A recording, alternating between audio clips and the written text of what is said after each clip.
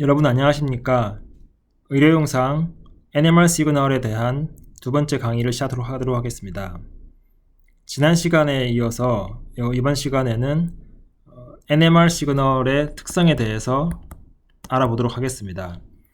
우리가 지난 시간에 이 NMR 시그널에 대한 기본적인 내용을 다루었는데요.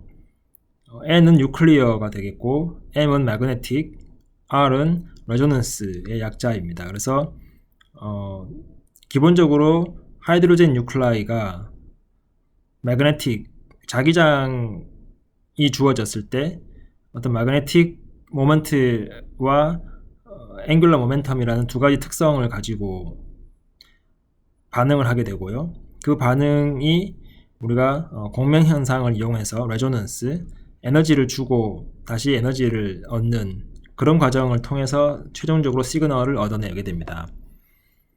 지난 시간에 설명했던 이 컨셉추얼 패스에 대해서 간단하게 요약을 해드리면, 기본적으로 이 뉴클리어 스핀을 우리가 생각을 하고 있는데요.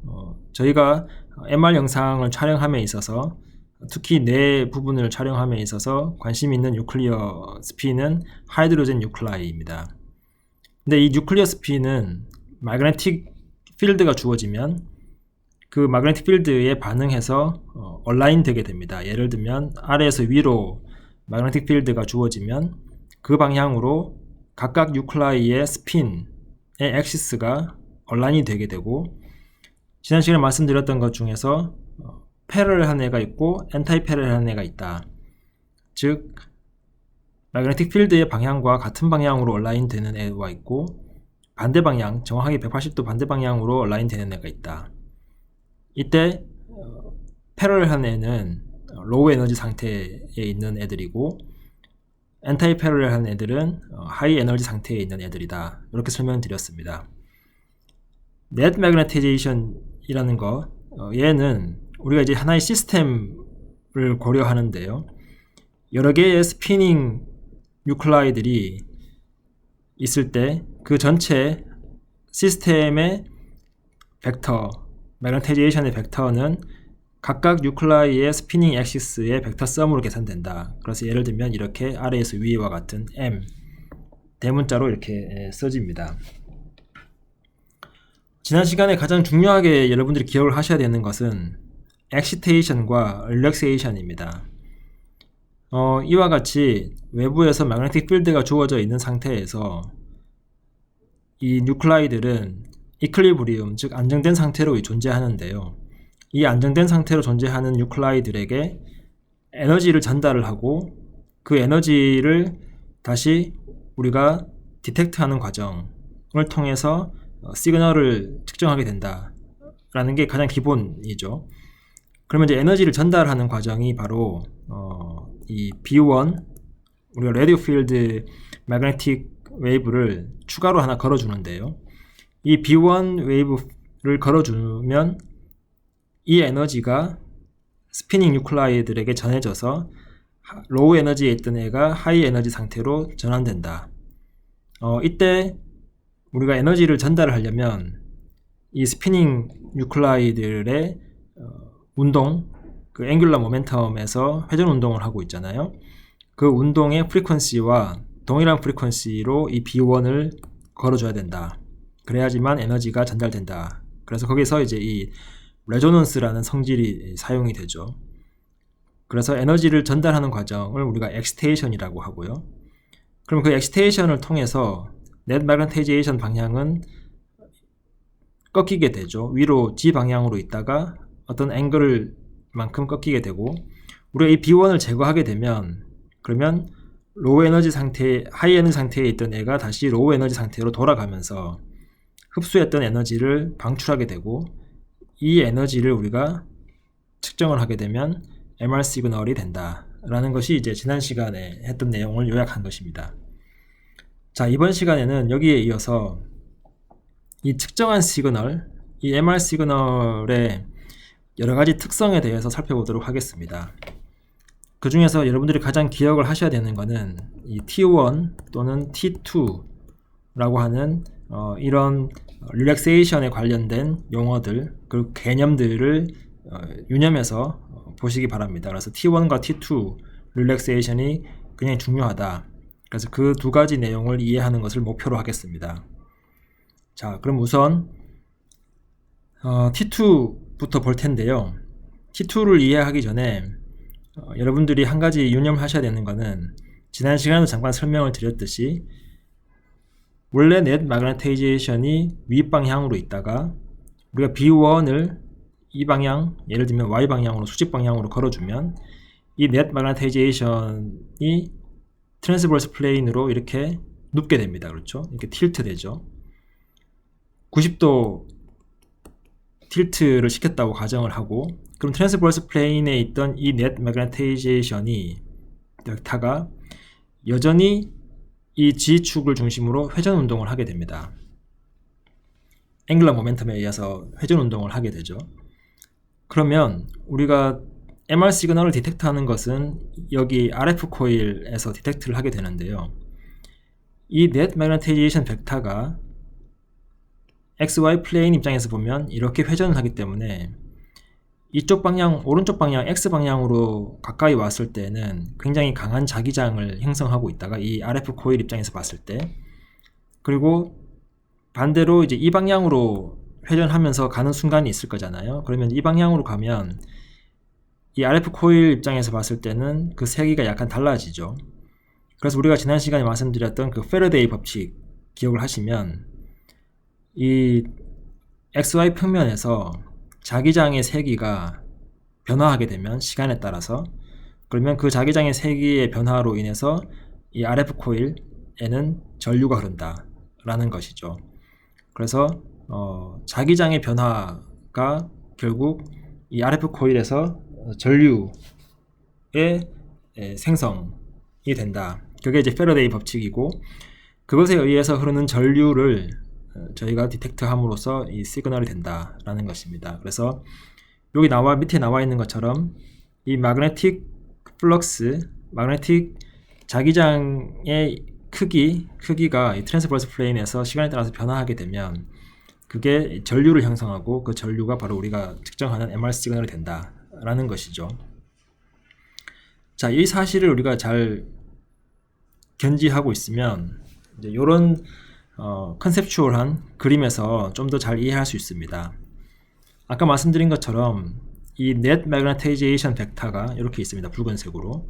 얘가 원래 주어져 있는 이 G축을 중심으로 회전 운동을 하게 되죠. 이 회전 운동을 하게 되면 아까 말씀드린 것처럼 여기 자기장의 변화가 있고, 이 자기장의 변화가 이 RF 코일에 전류를 형성한다. 근데 그 전류를 우리가 디텍트 하면 여기 화면에 보시는 것처럼 이런 시그널을 우리가 얻을 수 있다라는 것입니다. 자, 여기 보시면 이제 Idealized NMR 시그널이라고 되어 있는데 이게 이제 사인파 형태로 시그널이 나오죠. 여러분들 첫 번째로 여기서 이제 눈여겨 보셔야 되는 것은 이 시그널이 왜 이런 사인파의 형태로 이렇게 나올까라는 것이 첫 번째입니다. 그래서 시그널이 커졌다가 주로 작았다가 커졌다가 작았다가, 그래서 이제 우리 주기함수 피리오딕 사인 웨이브 형태로 이렇게 발생하게 되는데요. 이것은 왜 그럴까요? 좀만 생각해 보면 쉽게 알 수 있는데요. 이건 이제 우리가 이 넷 마그네타이제이션 벡터가 이 트랜스버스 플레인 입장에서 보면 이렇게 회전을 하고 있잖아요. G축을 중심으로. 그럼 이제 회전을 하고 있으면 이 RF 코일 입장에서 봤을 때는 가까이 왔다가 여기서처럼, 또 멀리 갔다가 여기서처럼, 그래서 가까이 왔다가 멀리 갔다, 가까이 왔다가 멀리 갔다 회전을 G축을 중심으로 하게 되면 이 RF 코일 입장에서 봤을 때는 거리가 연속적으로 가까워졌다가 멀어졌다가 주기함수처럼 이렇게 왔다 갔다 하게 되는 형태를 띠게 되죠. 그러다 보니까 RF 코일에 흐르는 전류의 크기도 이렇게 사인 웨이브처럼 주기함수의 형태를 띠게 됩니다. 자, 그러면 이제 또 한 가지 우리 특성을 살펴볼 수 있는 게 여기 idealized라고 되어 있어요. 이상적인 NMR 시그널이다 라는 것입니다. 그러면 이제 실제로 우리가 이 시그널을 측정하면 이런 형태가 나오지 않는다라는 뜻인 거죠. 이게 이상적인 형태이니까. 그래서 우리가 다음 슬라이드를 보시면 아까 말씀드린 것처럼 XY 플레인에서 net magnetization의 벡터가 지축을 중심으로 회전을 하다 보니까 시그널은 사인파 형태로 얻어지게 되는데요. 그래서 이렇게 사인파 형태로 얻어지는 것을 우리가 fluctuation, 왔다 갔다 커졌다 줄었다 커졌다 줄었다 하면서 시그널이 얻어집니다. 근데 여기서 이제 FID라는 건 뭐냐 하면은 Free Induction Decay라고 합니다. 그래서 여기 위에 타이틀이 나오는 것처럼 Free Induction Decay 줄여서 이제 FID라고 하는데요. 시그널이 사인파 형태로 같은 크기로 쭉 주어지지 않고 이렇게 점점 감소하는 형태로 크기가 시그널이 나옵니다. 즉 사인파 형태로 주기함수의 형태는 맞지만 그 앰플리튜드라고 하나요? 그 크기가 이제 이렇게 감소하는 그런 형태로 시그널이 얻어집니다. 자, 이것은 왜 그럴까요? 요것을 이해하는 게 이제 가장 T2 릴렉세이션에서 가장 중요한 포인트입니다. 그래서 여기 보시는 것처럼 우리가 실제로 NMR 시그널을 이제 측정을 하게 되면 이런 식으로 감소하는 크기가 감소하는 형태로 얻어지게 되고, 이렇게 감소하는 시그널의 형태를 우리가 Free Induction Decay라고 한다라고 이제 말씀을 드렸습니다. 자, 요걸 이제 원리를 좀 이해를 해보겠습니다. 여기 요 슬라이드에서 설명을 해주는 것은 여러분들이 나중에도 계속해서 이런 형태의 그래프, 이런 형태의 그래프를 많이 보게 될 텐데요. 이 그림을 이해하시는 방법은 첫 번째, 요 RF는 이제 라디오 프리퀀시라고 해서 우리가 B1 magnetic field를 이야기합니다. 그래서 X축은 이제 타임이죠. 시간에 따라서 우리가 요 타임에 RF 필드를 만들고 B1을 걸어준다. 그리고 이제 요 타임에, 여기 보이는 요 타임에 이제 RF 필드 B1을 이제 끄는 거죠. 없애는 겁니다. 그래서 짧게 B1을 걸었다가 이제 B1을 이제 끄는 거죠. 자, 그래서 여기 밑에 요 그림을 보시면 우리가 처음에 B1을 걸어주지 않으면 그러면 이퀄리브리엄 상태, 그래서 그 상태의 net magnetization 벡터 방향은 이제 위 방향을 띄고 있습니다. 왜냐하면 스태틱한 magnetic field가 B0가 이렇게 아래에서 위로 걸려져 있기 때문에 그때의 이 strength, net magnetization의 strength의 크기를 M0라고 하면 이 M0의 크기만큼 윗방향으로 주어져 있습니다. 근데 이때 우리가 이제 RF 필드를 만들어서 B1을 이 방향으로 걸어주면 B1을 그러면 적당한 크기로 B1을 걸어줬다고 가정을 하면 이제 90도 틸트 되어서 이 G 방향의 마그네타이제이션 벡터가 XY 플레인에 이렇게 정확하게 눕게 됩니다.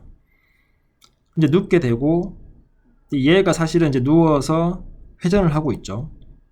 우리가 앵귤러 모멘텀에 의해서 이 벡터는 계속해서 회전을 합니다. 그래서 이 벡터가 회전을 하는데 그때의 프리퀀시를 우리가 V0라고 가정을 하고요. 얘가 이제 회전을 하고 있는 상태에서 회전을 하니까 자기장의 변화가 생기고 그 변화에 의해서 우리가 이제 전류를 여기서 측정을 하는 거잖아요. 그런데 우리가 요 net magnetization 큰 벡터, 전체 벡터를 생각을 할 때 요 net magnetization 벡터의 방향은 지금 X축 방향이지만 그 안에 존재하는 하나하나의 스피닝 프로톤, 그러니까 하이드로젠 뉴클라이드의 스피닝 프로톤 엑시스를 생각해 보면 이런 형태로 이제 사실은 넓게 벌어져 있습니다. 이걸 벌어져 있는데 요거를 벡터 썸을 하다 보니까 전체 벡터의 크기는 요렇게 주어지는 것이죠. 자, 이해하셨죠? 그래서 이 전체 시스템의 입장에서 보면 벡터 서메이션에 의해서 net magnetization의 크기가 또는 방향이 결정이 되니까 지금 현재 X 방향으로 주어져 있지만 벡터가 그 안에 있는 스피닝 프로톤 하나하나를 보면 사실은 엑시스들이 이렇게 서로 약간씩 달라져 있다. 자, 요것은 우리가 페이즈의 차이에 의해서 그렇게 됩니다. 여러분들 그 사인파에 요렇게 이제 사인파가 있으면 이 사인파가 똑같은 앰플리튜드를 가지고 있더라도 이 위치에 있는 점하고 이 위치에 있는 점은 같은 사인파에 있는 점이지만 페이즈가 서로 다르죠. 그래서 이런 류의 웨이브하고 얘에서 하나 더 생각해, 약간 이런 식으로 웨이브 하나 더 있을 수 있잖아요. 이 두 개는 같은 앰플리튜드와 같은 프리퀀시를 가지고 있지만 페이즈가 서로 다릅니다.